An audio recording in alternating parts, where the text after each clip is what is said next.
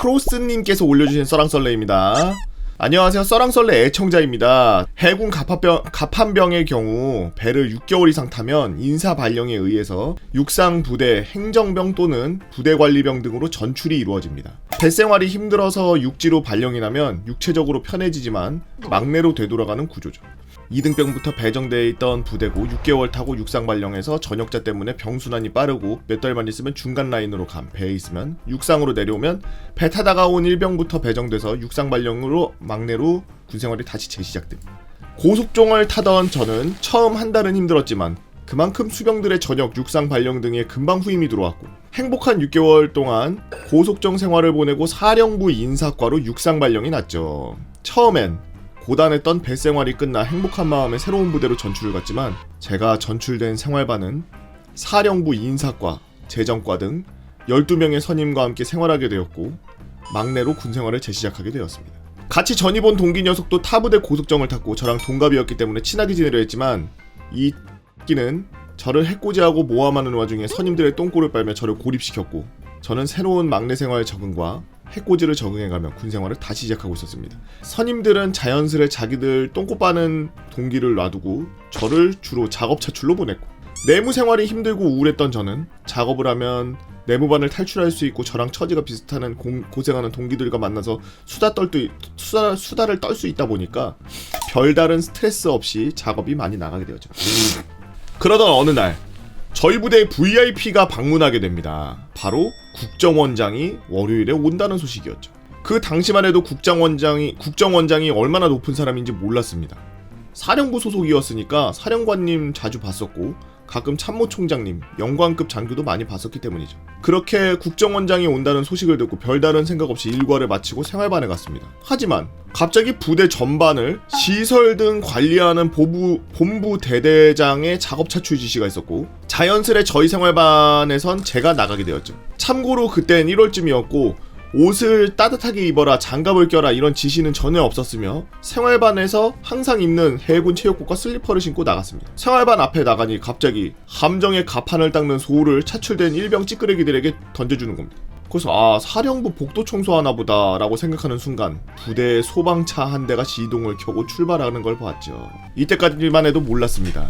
부대 아스팔트에다가 세제를 뿌리고 솔로 닦을 줄은요.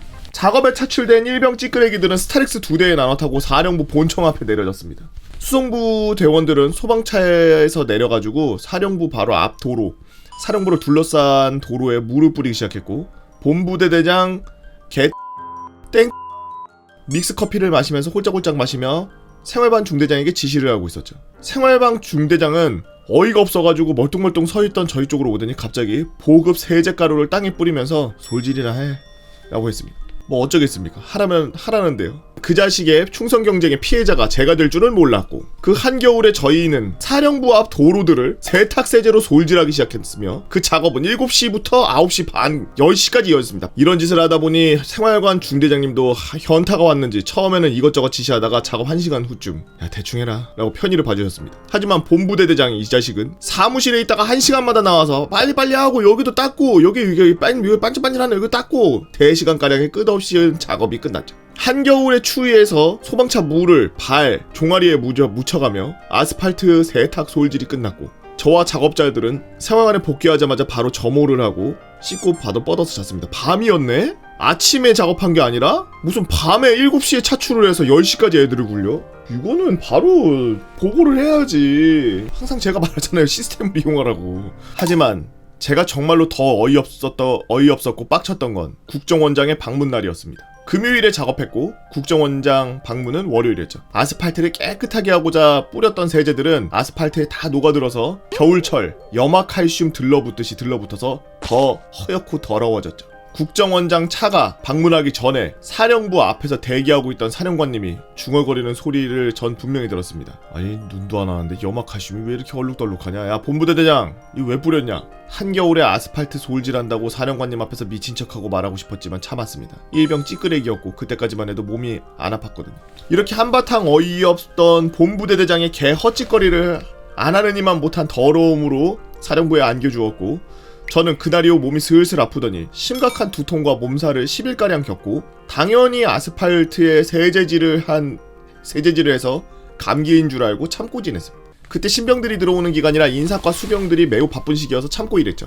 하지만 점점 두통이 심해지고 근육통도 심해지고 잠시 의무대에 감기 몸살약만 받아오겠다고 오후 3시쯤 의무대에 갔으나 군의관은 갑자기 엑스레이를 찍어봐야 되겠는데 폐렴인 것 같다 라고 하며 아무 생각 없이 감기인데 엑스레이를 왜 찍나 하면서 엑스레이를 찍으러 갔죠. 몸이 안 좋아서 으슬으슬 떨리고 기다리고 있던 저에게 군의관이 아니 이렇게까지 아픈데 왜 이렇게 버텼냐 갑자기 부대 구급차에 타라고 했고 저는 폐렴이라는 진단도 못 들은 채 감기인데 왜 구급차 타지? 지금 신병 와서 바쁜데 나 빨리 일해야 되는데 내가 살면서 구급차를 타네 이런 순진한 생각을 하면서 구급차에 실려 국군병원으로 갔죠. 국군병원에 도착하니 이미 근무 시간이 끝나서 응급실로 도착했고 거기서도 엑스레이를 다시 한번 또 찍었습니다. 이게 도대체 뭐 하는 건가 왜 왔나 하고 군의관에게 물어봤죠. 군의관은 결핵일 수도 있다고 일단 기다려보라고 했습니다. 초등학교 때 결핵 걸리면 죽는다는 말을 들었기 때문에 저는 갑자기 엄청 쫄리고 죽는 건가라는 생각이 들면서 본부대대장에 대한 저주를 퍼부으며 긴장된 마음으로 결과를 기다렸죠. 하지만 다행히 폐렴으로 진단이 나왔고 2주 입원하게 됩니다. 폐렴이라는 병에 대해 잘 몰랐기 때문에 입원 며칠 동안 불안에 떨었지만 인간은 적응의 동물이라고 저는 이내 군병원에 생활에 적응해가면서 예쁜 간호장교님들도 보고 가끔 말도 걸고 병원 내 도서관에 가서 책도 읽고 힘들고 외로웠던 내무반 생활에 대한 해방감을 느끼다 매우 행복한 2주를 보냈고 폐렴은 잘 회복되고 부대로 복귀했죠. 당시 서울에서 어머니께서 면회를 오셨는데 그때 어머니에게 부탁을 했습니다. 군의관 면담 때 제발 입원 기간 좀 늘려달라고.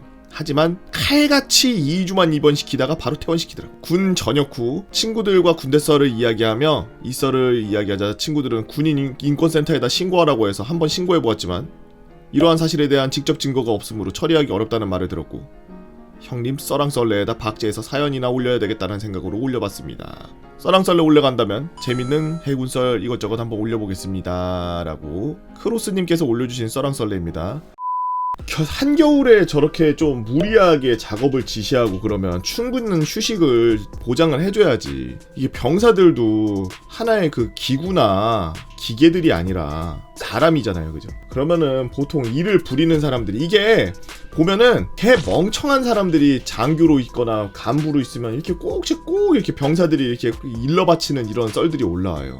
이게 저게 안 되는 거야. 사람의 이게 감정을 이해를 못하고 그리고 그 상황들을 이해를 못하고 그래서 자기가 이런 지시를 내렸을 때 어떤 일이 일어날지를 모르고 통찰력이 없는 거죠. 그 통찰력이 없는 게 뭐야? 딸리는 거야 이게. 근데 이게 딸리면 간부나 장교로 하면 안 돼. 왜? 그 삼국지 봤죠? 그냥 막 무력만 세고 자기 뒤에 막 그냥 병사들 따른다 그래서 막 가서 막 뭐 칼 휘두르면서 그냥 싸워가지고 자기 혼자 활로를 뚫고 이런 전쟁이 아니란 말이야. 이제 이걸 쓰는 전쟁인데 전략적으로 싸워야 되는데 이제 그런 간부들 밑에서 뭘 믿고서 전쟁에 참여하고 뭘 믿고서 나라를 지킵니까? 못하는 거예요.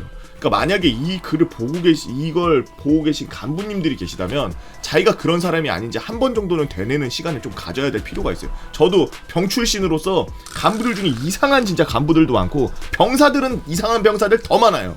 병사들은 당연히 더 훨씬 많을 수밖에 없고 인원도 많고 그리고 훨씬 그 데려오는 규정이 허들이 낮잖아. 장교들은 막 자기네들이 공부도 해야 되고 뭐 아니면 간부들 막 다 공부해야 되고 저 막 체력 검정도 봐야 되고 그러니까 어느 정도 선까지는 검증이 돼 있는 사람들인데 근데 그 사람들 중에서도 대구박에 감정적 이 요소들이 결여돼 있거나 아니면 통찰력이 나가리 돼 있어가지고 미래를 바라보지 못하고 병사들을 그냥 사지로 몰아넣는 이런 사람들 진짜 개 많아요. 반성하세요 진짜. 전쟁 나면 얘네들을 끌고서 저기까지 이렇게 가서 저 고지를 점령하고 그 다음에 가야 되겠다라는 생각 못해요. 왜? 그건 제 입으로 말 안 하겠습니다. 여러분들은 어떤 썰이 있나요? 여러분들의 재미난 썰, 고발할 썰. 사실 고발할 썰은 여러분들이 올려도 제가 거릅니다만 여러분들의 무서운 썰들, 군대 썰이 아니더라도 괜찮습니다. 여러분들이 다른 사람들은 경험하지 못한 새로운 이야기들 갖고 계시다면 개보고 팬 다 모여라 네이버에서 개팬다 카페로 오셔가지고 썰랑썰레 게시판에 말머리 달아서 글 올려주시면은 유튜브로 작업해서 업로드하도록 하겠습니다. 유튜브로 보시는 분들 구독과 좋아요, 알림 설정, 댓글 잊지 말고 한 번씩 눌러주시고요. 오늘도 나라 지키기 위해서 고생하고 계시는 우리 국군 장병 여러분들